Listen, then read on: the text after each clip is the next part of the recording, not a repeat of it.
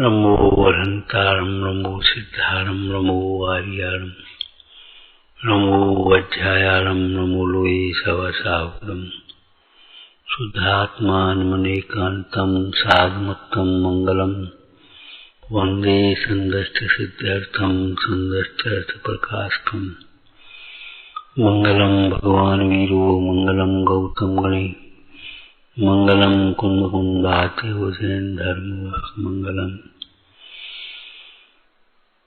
मंगलमय मंगल करण वितराग विज्ञान नमो ताहि आते भय अरहंत आदि महान। बचना और बचाना।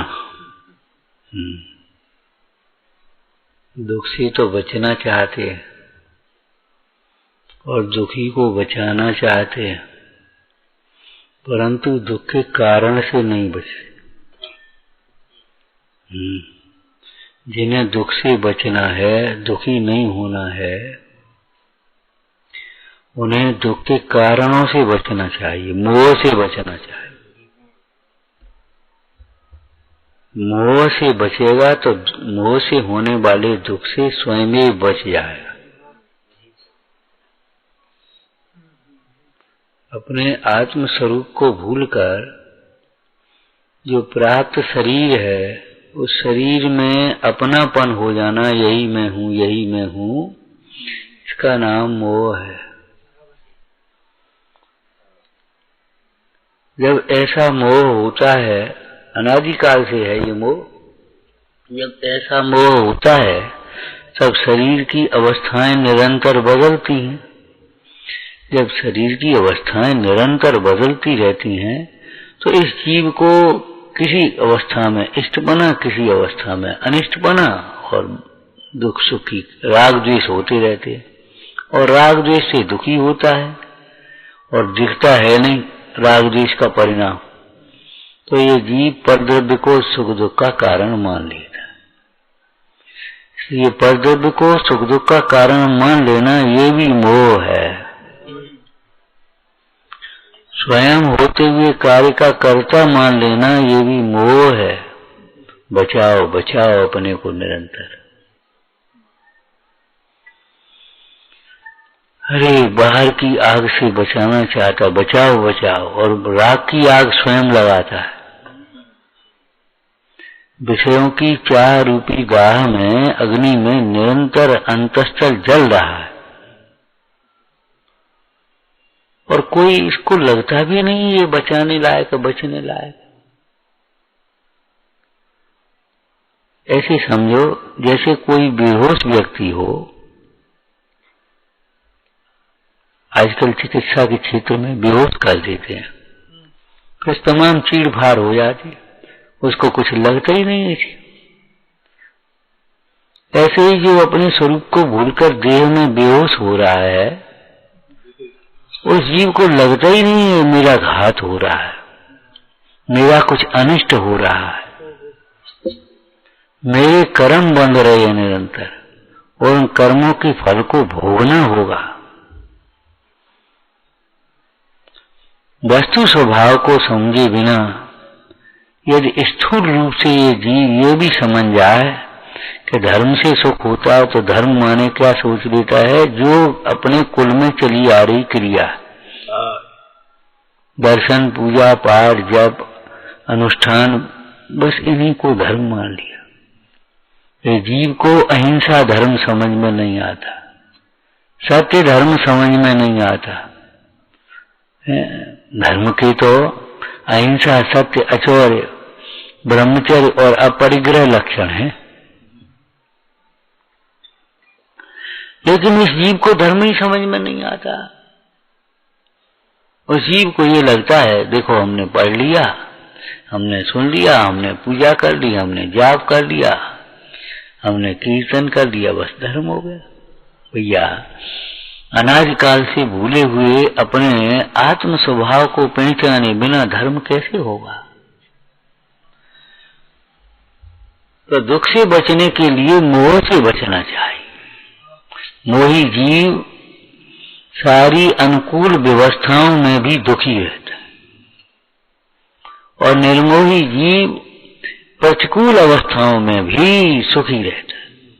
दुख का भेदन कौन करे विचार। जैसे बरसात होने पर भी जो भीतर बैठा है वह भीगता नहीं है, सूर्य की तपन होने पर भी वह तपता नहीं है, क्यों? भीतर बैठा है। ऐसे जो अपने आत्म स्वरूप में बैठा है वह जीव, शरीर की नाना प्रकार की अवस्थाएं होती हैं, उन अवस्थाओं में भी वह जीव प्रभावित नहीं होता, हर्ष विषाद नहीं करता।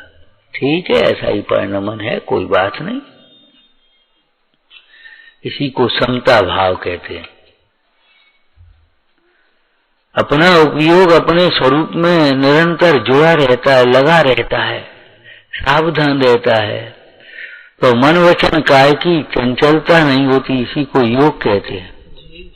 अपने स्वरूप में एकाग्र होने पर राग द्वेष खड़े नहीं होते, उत्पन्न नहीं होते। इसी को धर्म ध्यान कहते हैं। अपना उपयोग अपने में लगा रहता है, बचा रहता है, इसी को साधना कहते हैं। और जो प्रसन्नता रहती है जीवन में, आनंद रहता है, उसी का नाम आराधना कहते हैं। उस एक वितराग परिणाम के अनेक नाम हैं। धर्म कहो, साधना कहो, आराधना कहो, योग कहो, त्याग कहो। दुख से बचने के लिए मोह से बचना चाहिए।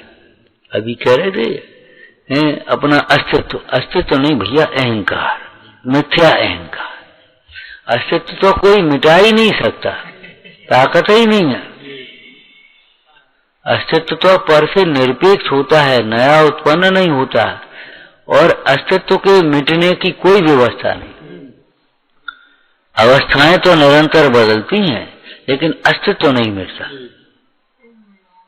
बदलती रहती हैं वस्तुएं। तो क्या बदलती हैं? अवस्थाएं। लेकिन अवस्थाओं में ही अपना अस्तित्व माने बैठा था। क्या? यही मैं हूं। तो वो क्या था? अस्तित्व नहीं था। वो क्या था? मिथ्या अहंकार। क्या था ना? मिथ्या अहंकार। उस मिथ्या अहंकार को मिटा देना चाहिए। हम कुछ हूं, मैं कुछ हूं, ऐसी जो विपरीतता है वो मिटा देना चाहिए। भाई हम कुछ नहीं है, परमार्थ से देखें तो हम शुद्ध आत्मा हैं, जो भगवान का स्वरूप है वही हमारा स्वरूप है। विकारी भावों से रहित हैं, देह से न्यारा, कर्म से न्यारा, विकारी भावों से न्यारा, ज्ञान आनंदमय सच्चिदानंद स्वरूप हूं। और परिणाम से देखो तो मैं कुछ नहीं हूं, कुछ नहीं। क्या हूं? पढ़ाया आपने? चक्रवर्ती साधु महाराज के, मुंडाज के आहार दान के लिए खड़ा हुआ। द्वारापेक्षण कहते। द्वारापेक्षण का अर्थ समझते होगे? द्वार पर खड़े होकर के देखना। क्या देखना? कि देखो हमने जो भोजन बनाया, कोई आत्म स्वरूप के साधक, धर्म के आराधक, प्रभावक साधुजन पधारें और इसमें से आहार ग्रहण करें, तो हमारा ये ग्रस्तपना सफल हो जाए। पेक्षण, देखना, द्वारापेक्षण है। अब उस समय चक्रवर्ती शुद्ध उत्तरीय और अंतरीय पहने। उत्तरीय कहते दुपट्टा को और अंतरीय कहते धोती को। उस समय चक्रवर्ती ने अपने सारे परिवार से और सारे सेवक लोगों से कह दिया, सुनो, इस समय कोई हमें स्वामी शब्द से मत पुकारना। इस समय तो मैं मुनिराज को, साधु महाराज को आहार देने के लिए खड़ा हुआ, उनका भक्त श्रावक हूं। इस समय तो हम सबके स्वामी वे ही हैं, साधु महाराज, मुनीश्वर। कैसे मुनीश्वर? जिन्होंने अपने आत्म स्वरूप को पहचान लिया है, जो अपने को निरंतर आत्म स्वरूप रूप अनुभव रहे हैं। देह है लेकिन ऐसे है जैसे कोई पड़ोसी हो, देह को पड़ोसी समझ रहे हैं। जिन्होंने अपनी इंद्रियों को जीत लिया है, मोह काम क्रोधादिक अंतरंग शत्रुओं को जीत लिया है, इसलिए बाहर में उनका कोई न शत्रु है और न कोई मित्र है। ऐसे ही तरह तपोधन तपोधन धन निर्धन निर्धन तपोधन, बाहर का धन भी नहीं है और अंतरंग का धन भी है नहीं, पता नहीं, उनको कहते निर्धन। अंतरंग का धन है और बाहर के धन की जरूरत ही नहीं है, उनको तपोधन कहते हैं। तो वो तपोधन मुनीश्वर वे ही हमारे स्वामी हैं। जब उन्हें आते हुए देखा तो चक्रवर्ती के मुख से भक्ति से निकला, हे स्वामिन अत्र अत्र आओ आओ, तिष्ठो तिष्ठो, आहार जल शुद्ध है। तो उस समय चक्रवर्ती ने क्या कहा अपने सब जन सारे लोगों से, इस समय मुझे स्वामी शब्द से मत पुकारना। जैसे आत्म ध्यान के लिए बैठा, समय के लिए बैठे, तो उस समय के लिए देखो भैया ये देह अब मैं नहीं हूं, इस समय इतनी देर के लिए देह अलग रख दिया है। जैसे किसी को बहुत गर्मी लगे तो वो कपड़े उतार करके अलग रख देता है और बैठ जाता है। ऐसे ही इन कसायों की गर्मी से दुखी हुआ जीव, उसने शरीर को कसायों के आश्रयभूत शरीर को अलग उठा करके रख दिया। उस समय क्या विचार करने लगा, मैं तो देह से न्यारा चैतन्य स्वरूप भगवान आत्मा हूं। बस जब भगवान आत्म स्वरूप आत्मा हूं ऐसे अनुभव में उसने मग्न हुआ तो अब उसे कोई दुखी नहीं कर सकता। दुख से बच गया, कर्म बंधन से बच गया, संसार भ्रमण से बच गया। ये समझो भैया, संसार में वही भ्रमता है जिसकी दृष्टि भ्रमती है, इसका उपयोग भ्रमता है, अर्थात जो पर द्रव्यों को अपना मानता है। अच्छा बताओ कहाँ जाते हो आप? ऐसी जगह कभी गए जहाँ कोई अपना नहीं है? कहाँ जा रहे? तो जा रहे एक जगह जहाँ कोई अपना नहीं है। हम कहाँ भैया कहाँ जा रहे? हम वहां जा रहे। वहां कहाँ को जा रहे? वो हमारा तीर्थ है, वो हमारा घर है, वो हमारी निहाल है, वहाँ हमारा व्यापार है। कोई हमारा शब्द जुड़ेगा तभी तो जाओगे है? और जहाँ हमारा नहीं होगा वहाँ नहीं आएगा। तो जिसे विश्व में कोई भी अपना नहीं दिखता वो संसार में भ्रमण क्यों करेगा? बोलो क्यों जाएगा उसका उपयोग? प्यास लगती है तो इसका उपयोग सोने की ओर नहीं जाता, चांदी की ओर नहीं जाता, घी की ओर नहीं जाता, कपड़ों की ओर नहीं जाता, पानी की ओर जाता है। क्यों? इसका ज्ञान जागृत है, वो जानता है प्यास पानी से हो जाएगी। ये मोह की दशा है। ज्ञानी का उपयोग प्यास लगे तो आत्मा की ओर जाता है, जानता है आत्मा के अनुभव रूपी अमृत से ही ये प्यास बुझेगी। पानी पीते पीते तो जिंदगी हो गई है, भोजन करते करते तो जिंदगी हो गई। अनादिकाल से आज तक कितना भोजन किया, आज तक भूख नहीं मिटी है, खाली का खाली ही रहा ये फूटा घड़ा। जिन्होंने शरीर से निर्मम होकर अपने आत्म स्वरूप की आराधना की, अतीन्द्रिय आनंद रूपी अमृत पिया, बस वो तृप्त हो गए, अनंत काल के लिए भूख प्यास से रहित हो गए, दुखों से बच गए, वे बच गए। कछुआ हो रहे ना, कछुआ अपने अंगों को सकोड़ लेता है तो वो बच जाता है। ऐसे ही इस ज्ञानी ने अपने उपयोग को समेट लिया है, बस बच गए दुख। जो अपने उपयोग को समेटना नहीं जानता, भेद ज्ञान करना नहीं जानता, मोह छोड़ना नहीं जानता, मोह में उलझता है, मोह को बढ़ाता रहता है, मोही जीवों की संगति में रहता है, अरे वह दुख से नहीं बच सकता।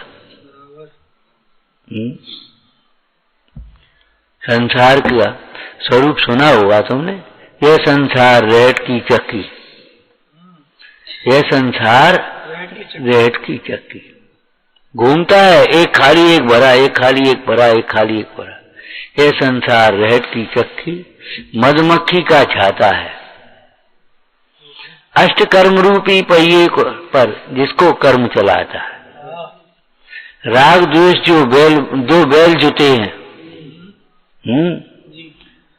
राग द्वेष जो बैल जुटे हैं, जी जग में जीव भरमाता है और भव दुख से कैसे बच सकते जब विभाव से नाता है। जब तुम्हारा विपरीत भावों से नाता है कैसे जुड़ोगे बताओ। भले करोड़पति हो और उसका लड़का कुसंग में आकर के मान लो शराब पीने लगे, जुआ खेलने लगे, कोई और अनाचार करने लगे, अब वो सेठ अगर पुत्र से मोह करेगा तो अपनी संपत्ति को बर्बाद कर लेगा कि नहीं कर लेगा बता। अब उसे अपनी संपत्ति की सुरक्षा चाहिए और खाली संपत्ति नहीं, अपनी प्रतिष्ठा की सुरक्षा, अपने जीवन में शांतता चाहिए। तो एक ही उपाय है, उस पुत्र को जो सुधरने की जिसमें गुंजाइश नहीं है उसके प्रति मोह छोड़ दे। मोह छोड़े बिना वह बर्बादी से कैसे बच सकेगा बताओ। ऐसे ही ये दुष्ट प्रकृति की शरीर, दुष्ट प्रकृति कैसी, चाहे इसका कितना ही पोषण करो, चाहे कितना ही अच्छा खाओ पियो, चाहे कितना ही पहनाओ उड़ाओ, चाहे इसको कितना ही सजाओ, कितना ही करो, अंत में वह शरीर बोलो खूब नवाओ, अंत में फिर मैल ही निकलेगा और कुछ नहीं होगा। खूब चिकना करो, अंत में वह रूक्षता को प्राप्त होता है, शिथिल होता है, जीर्ण होता है और अंत में देह छोड़ करके चलाइए। अब देह छूटने से पहले देह का मोह छूट जाता है, वह जीव आनंद में रहता है, आनंद पूर्वक जाता है। उसके लिए मरण भी एक महोत्सव हो जाता है। समाधि हो गई, समाधि मरण हो गया, मृत्यु महोत्सव हो गई। और जो जीव उस देह के मोह में पड़ा है, अब भैया वो तो क्या कहें, हाय हाय संकलित परिणाम से मरण करके दुर्गति में चला जाता है। तो बचने का मतलब काय से बचना, या तुझे दुख से बचना है तो दुख के कारण रूप मोह से बचो, बचाओ, बचा करके रखो भैया अपनी परिणति। अरे गर्मी के दिनों में पानी को धूप से बचाते हैं, अग्नि से बचा, पानी गर्म हो जाएगा भीतर रख दो भैया, बचाते हैं। तेरा उपयोग गर्म हो जाएगा, क्रोध उत्पन्न होगा, अहंकार उत्पन्न होगा, लोभ उत्पन्न होगा, मायाचार उत्पन्न होगा, तू भी इस कुसंग से अपने को बचा ले। और केवल बाहरी कुसंग से नहीं, अपने कुविचारों से, खोटे विचारों से अपने को बचा लेना, खोटी मान्यता से बचा लेना, दुख से बच जाएगा। और अगर खोटी मान्यता से नहीं बचा तो भाई नहीं बच पाएगा। सवेरे कहा था ना, दोषों से बचे बिना दुख से कैसे बचोगे। निर्दोष सुख चाहिए तो आपको ये प्रतिज्ञा कर लेना चाहिए, हम निर्दोष स्वरूप की दृष्टि रखेंगे। अर्थ बोलो निर्दोष स्वरूप की दृष्टि रखने का, दृष्टि माने श्रद्धा, निर्दोष दृष्टि रखेंगे। क्या मतलब, हम शुद्धात्मा को ही अपना मानेंगे, देश के भिन्न अपने ध्रुव ज्ञायक आत्मा को ही अपना मानेंगे, पर द्रव्यों को अपना नहीं मानेंगे। पर द्रव्यों को अपना मानेंगे तो थोड़ी सी अनुकूलता में सुख मान करके मगन हो जाना अलग बात है, लेकिन सुखी हो नहीं पाए।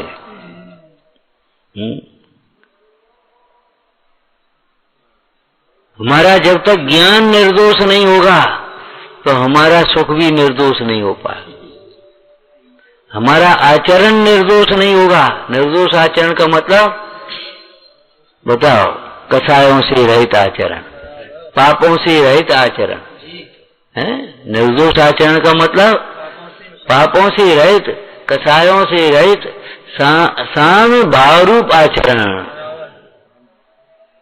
उसका नाम है निर्दोष आचरण। निर्दोष आचरण वाले जीव को सुखी होने के लिए कोई प्रयत्न नहीं करना पड़ता। क्या सुंदर दृष्टांत सवेरे दिया था। वादराज वो क्या नाम धनंजय कवि का है, विशापाहार स्तोत्र में, पेड़ के नीचे बैठ जाने पर छाया स्वयं मिल जाती है, और पेड़ से दूर रह करके तुम छाया चाहे गिड़गिड़ा करके मांगो, चाहे डंडा दिखाओ, ए पेड़ देता है छाया कि नहीं, बताऊं मैं अभी, तू जानता है मैं कौन हूं, तो अभी नहीं मिलेगी। मतलब मिथ्या अहंकार करे, क्रोध करे, भय दिखावे, तो भी पेड़ से दूर रह करके छाया नहीं मिल सकती, और पेड़ के समीप आ जाने पर छाया मांगने की जरूरत नहीं, स्वयं ही मिल जाए।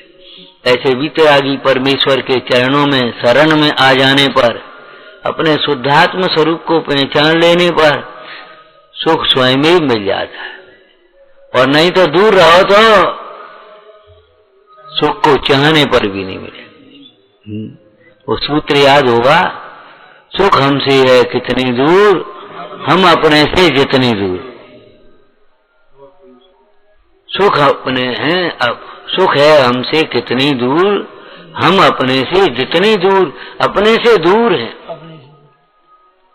सुख हमसे दूर चला जाता है, और अपने समीप आ गए तो कहीं सुख को तलाशने की जरूरत नहीं है। सुख आत्मा का स्वभाव है, और स्वभाव के पर की अपेक्षा नहीं होती। ये आप जो इकट्ठे करने में लगे हैं, सुख के लिए इन सब की जरूरत नहीं है। व्यवहार दृष्टि से भी देखा जाए तो सुखी होने के लिए परिग्रह का त्याग चाहिए, भोगों का त्याग चाहिए, भोगों का संग्रह नहीं, भोगों की प्रवृत्ति नहीं, परिग्रह का संग्रह नहीं। परिग्रह का संग्रह, भोगों की प्रवृत्ति सुख में निमित्त नहीं, दुख में कारण है। सुखी होने में तो परिग्रह का त्याग, भोगों से निवृत्ति, भोगों का निमित्त है, लेकिन त्याग मात्र से सुखी नहीं होता। जैसे सर्प केंचली छोड़ने मात्र से निर्विष नहीं होता, ऐसे बाह्य त्याग करने से अंतरंग के मोह के त्याग के बिना सुखी नहीं होता। जहां जाएगा वहीं मोह हो जाएगा। मोह माने समझ गए, वहीं अपनापन लगने लगा। यही हमारा मंदिर है, यही हमारा स्वरूप है, यही हमारे लोग हैं, यही हमारा परिवार है। अरे हमारा आत्मा कब से समझेगा भाई? पहले वो स्त्री पुत्र कुटुंब आदि को अपना परिवार मानता था, अब ये साधकों का परिवार, साधर्मियों का, ये हमारा परिवार है। अंतर क्या पड़ा? अशुभ परिणाम से थोड़ी शुभ परिणाम में आ गया, थोड़ी कसाएं मंद हो गई, लेकिन मोह तो जहां का तहां बैठा। मोह का अर्थ है आत्मा को छोड़ करके कहीं भी अपनापन मानना, ये मोह है। स्वयं होते हुए कार्य को किसी का किया हुआ मानना, मैंने किया है या इन्होंने किया है, और ये भी बेईमानी कितनी है। अगर अच्छा हो जाए, अनुकूल हो जाए तो मैंने किया है, और कदाचित बिगड़ जाए, वो तो इन्होंने बिगाड़ दिया, हम क्या करें। लाभ हो गया तो मैंने कमाया है, और नुकसान हो गया क्या करें, भगवान की मर्जी ऐसी थी, हमारा उदय ही ऐसा था, होनहारी ऐसी थी। इसका नाम ये मोह है, अज्ञान है। ये मोह और अज्ञान को छोड़ करके ये जीव दुखों से स्वयं छूट जाता है। तो दृष्टि अर्थात श्रद्धा। जब श्रद्धा निर्दोष हो गई, ज्ञान निर्दोष हो गया, आचरण निर्दोष हो गया, तो समझ लेना चाहिए निर्दोष सुख को कहीं से लाना नहीं पड़ेगा, तुम्हारे भीतर से प्रकट हो जाए। साबुन कपड़े को साफ नहीं करता, साबुन पानी कपड़े को साफ नहीं करता, केवल मैल अलग हुआ है। कपड़े की उज्ज्वलता कपड़े में से आई है, साबुन पानी में से नहीं आई है। स्वच्छ कपड़े को साबुन पानी की जरूरत ही नहीं। और अंतरंग की स्वच्छता को पहचाने बिना ये जीव क्या करेगा बोलो? ऐसे अंतर के परमेश्वर को पहचाने बिना ये जीव बाहर के परमेश्वर को पूजेगा तो पुण्य होगा। आपके मंदिर में एक पंक्ति लिखी है, देवालय बोलते जिनालय देवालय, जहाँ देव विराजते हैं, देवों के प्रतिबिंब विराजमान कर लिए हमने। काय के लिए? याद करने के लिए अपने स्वरूप की, अपने लक्ष्य की, अपने साध की याद करने के लिए। जैसे अब तो घड़ी हो गई, पहले घड़ी नहीं थी तो निशान लगा लेते, इतनी घाम आ गई तो 9 बज गए। हमने भी छोटे पे लगाए हैं, स्कूल जाना है तो उस पर निशान लगा लिए, तो भैया वो स्कूल का टाइम हो गया, चलो जल्दी भागो। ऐसे ही ये जो हमने जिनालय में जिनबिंब विराजमान कर दिए, भगवान के प्रतिबिंब, मूर्ति जिसको कहते हैं, वो काय के लिए? देखो कहाँ फंसे हो, ये तो हमारा लक्ष्य तो ये है, हमें जीवन इसके लिए नहीं बना खाओ कमाओ झगड़ो और छोड़ के मर जाओ। हमारा जीवन इसके लिए नहीं है। हमारा जीवन तो अनादिकाल के भूले हुए शुद्धात्मा को पहचान कर उस शुद्धात्मा की प्राप्ति के लिए है। बस ये लक्ष्य शाल माया, ये सीखने के लिए है। आपको कहा था ना, ये शिक्षालय है, भिक्षालय नहीं। यहाँ आकर के भोगों की भीख मत मांगना, कामनाओं को पूरी करने की आशा मत रखना, कामनाओं के अभाव का प्रसार करना, इच्छाओं का अभाव का विचार करना। हे प्रभु हमारा घर ऐसा बन जाए, ये मत सोचना। क्या सोचना? हे प्रभु हमारा घर कैसे कब छूटे और हम अपना घर कब प्राप्त करें। आपने देखो कैसे अपना घर बार छोड़ दिया था और अपने स्वरूप में रम गए, आज परमेश्वर बन गए। हम भी ये घर कब छूटे, अच्छे कपड़े मिल जाए, नहीं ये कपड़े कब छूटे, अच्छा भोजन मिल जाए, अरे भोजन का विकल्प कब छूटे। उल्टी पढ़ाई पढ़े, उल्टी कामना कर दे। अरे कामनाएं करने से क्या होगा? पुण्य का उदय नहीं होगा तो कामनाएं पूरी करना दे मांगने पर भी नहीं होंगी, और पुण्य का उदय है तो कामनाएं अपने आप पूरी हो जाएंगी। लेकिन बात तो यहाँ ये समझना है कि कामनाओं की पूर्ति से सुखी नहीं होता। एक न्याय है, एक इच्छा की पूर्ति अनेक इच्छाओं को जन्म देती है। एक इच्छा की पूर्ति अनेक इच्छाओं को जन्म देती है। क्या मतलब? अनेक इच्छाएं जब जन्मेंगी तो एक इच्छा से दुखी हुआ तो फिर क्या हुआ? अनेक इच्छाएं उत्पन्न हुई तो अनंत इच्छाएं उत्पन्न हुई तो क्या हुआ? अनंत दुख हो गया, अनंत दुख उत्पन्न हो गया। जी बताओ, जब इच्छाएं दुख का कारण है तो इच्छाओं की वृद्धि होना सुख का कारण कैसे होगा? अरे थोड़ा पड़ गया तो थोड़ा दुख, और ज्यादा पड़ गया तो ऐसा सुख कहां से आ जाएगा? भगवंतों की ये मंगल गाथा सीखने समझने के लिए है। विचार करो, हाथी की पर्याय से पार्श्वनाथ भगवान का जीव अपने स्वरूप को पहचान कर स्वरूप की आराधना के बल पर आनंदित आनंदित आनंदित होता रहा, और उसी का भाई कमठ अपनी कसायों की ज्वाला में जलता हुआ बैर से झुलसता हुआ अरे अधिक अधिक दुखी होता रहा। दोनों भाई, और एक सुख के मार्ग में सुखी होता है, सुख की वृद्धि, और ये दूसरा भाई कसायों की ज्वाला में दुख दुख दुख दुख। जहां गया वहां दुखी, जहां गया वहां दुखी। मोही जहां जाएगा वहां दुख होगा, ज्ञानी जहां जाएगा वहां सुखी रहेगा। कोई स्थान सुख दुख का कारण नहीं, कोई संयोग सुख दुख के कारण नहीं, कोई काल सुख दुख का कारण नहीं। ज्ञानी रात में भी सुखी और ज्ञानी दिन में भी दुखी। अब क्या करोगे बोलो? दिन रात दुखी ही दुखी है।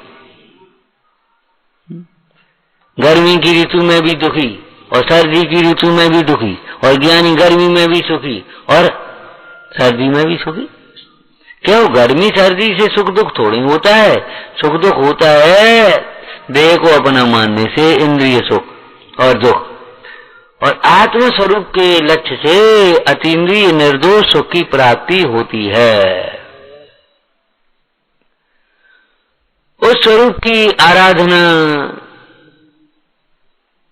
संतों की संगति में सीखी जाती है और एकांत में की जाती है। एकांत मिले तो खूब आराधना करना, और सत्संगति हो तो सत्संगति में आकर के खूब निरंतर सीखना सीखना सीखना।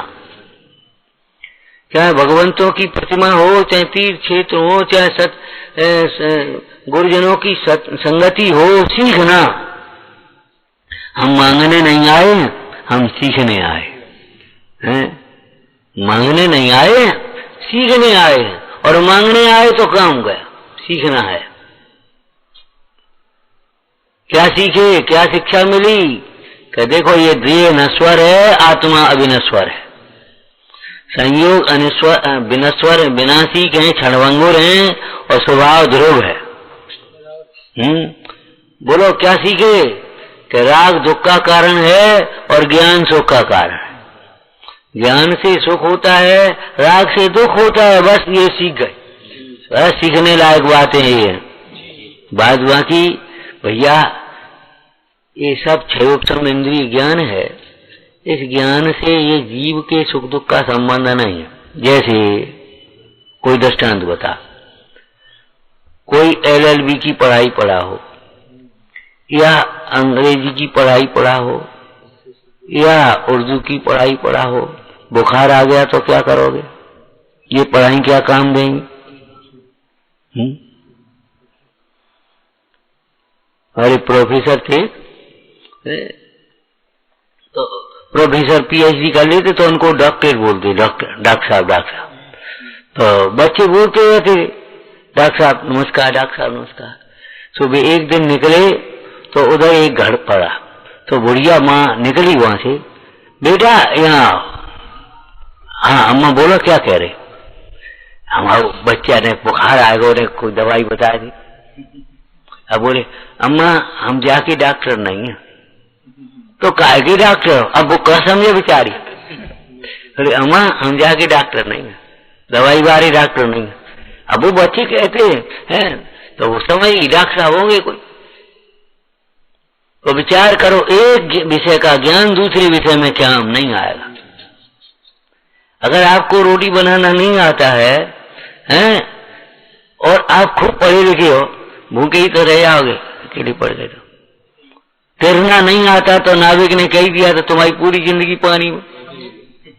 हम तो तैर जाएंगे, अब नाव नहीं बच रही, तूफान आ गया है, और आपकी पूरी जिंदगी। पानी में घुसने से पहले तैरना सीख लेना चाहिए। संसार में प्रवेश करने से पहले संसार से निकलने की कला सीख लेना चाहिए। शिक्षा का प्रारंभ ओम नमः सिद्धम यहाँ से होता है। माने अध्यात्म विद्या सबसे पहले पढ़ने लायक है। क्यों? ये अध्यात्म विद्या ही संसार दुखों से छुड़ा करके उत्तम सुख में प्राप्त कराने वाली है। बाद बाकी विचार करो। सारी विद्याएं जीवन के साथ तो भूल जाएंगे, फिर चली जाएंगी, छूट जाएंगी, लेकिन अध्यात्म विद्या नहीं छूटेगी। विनय पूर्वक ये किया गया तत्व का अभ्यास, ज्ञान का अभ्यास अगले भव में भी काम आएगा, संस्कार देंगे। और बाद बाकी ये दुनिया की चतुराई तो हमारी यहीं की यहीं रह जाएगी। बैरिस्टर चंपत राय थे, इंग्लैंड में पढ़े, इंग्लैंड में गए। जब ज्यादा तबीयत खराब हो गई, वृद्ध अवस्था थी, तो लौट के भारत में आ गए अपने। तो बोले बाबूजी, लोग तो विदेशों में जाते इलाज कराने, उस समय परतंत्रता के समय में, तब यहाँ इलाज के उतने साधन भी नहीं थे। तो बोले लोग तो विदेश इंग्लैंड में जाते हैं और आप यहाँ लौट आए। बोले हाँ भैया, उन लोगों को मरना नहीं आता, मरने की कला भारत में। हाय हाय करके मरे कुत्ते की मौत, ये कोई मौत है? मरना है। हाड़ मास जब सूख जाए तब धर्म लीन तन त्यागे, अद्भुत पुण्य उपाय स्वर्ग में सीज उठे जो जागे, तहते आवे शिव पद पावे बिल से सुख अनंता, ध्यानत यह गति होय हमारी जिन धर्म जयवंता। किसी व्यक्ति का धर्म नहीं है, किसी जाति का धर्म नहीं है। जैन धर्म माने इंद्रियों को जीतने का धर्म, मोह को जीतने का धर्म। इस धर्म के द्वारा मोह को जीता जाता है, इंद्रियों को जीता जाता है, काम क्रोध आदि भावों विकारों को जीता जाता है, और इन सब को जीतने से ये जीव के दुख का अभाव होकर परम सुख प्राप्त होता है। तो विचारना, कमर का जीव दुखी हर पर्याय में, और मरभूति का पार्श्वनाथ का जीव सुखी, और अंत में स्वरूप लीन होकर के परम सुख को प्राप्त हुआ। और कमर का जीव भी पछताते हुए, हाय मैंने इन महापुरुष पर व्यर्थ ही उपसर्ग किया है, पछताते हुए उनकी बाह्य प्रभुता से प्रभावित हुआ पहले, और फिर तत्व ज्ञान से प्रभावित हुआ, उन्हीं की शरण में आकर के वह भी सुखी हो गया। आत्म साधना देख कमट भी प्रभु चरणों में नत था, आत्मबोध पा करके वह भी निज में हुआ था। वो विकारी सम्यक निधि उपजाई, मेरा पार्थ प्रभो अंतर में देता मुझे दिखाई। इस जिनालय में विराजमान, देवालय में विराजमान देव अंतर में विराजमान देव को, परमेश्वर को पहचानने के लिए हैं। जैसे बाहर में लगा हुआ दर्पण अपना चेहरा देखने के लिए है, और मात्र देखने के लिए नहीं, मलिनता को दूर करके सुंदर बनाने के लिए है। ऐसे ही इन भगवंतों का स्वरूप मात्र अपने स्वरूप को पहचानने के लिए नहीं, स्वरूप को पहचानना है और पर्याय में बरतने वाले मोह राग द्वेष की कालिमा को मिटाने के लिए, सुंदर दशा प्रकट करने के लिए है। ऐसी उत्तम शिक्षा इस भगवान पार्श्वनाथ के पुराण से भली प्रकार से ग्रहण करना चाहिए। ओम नमः।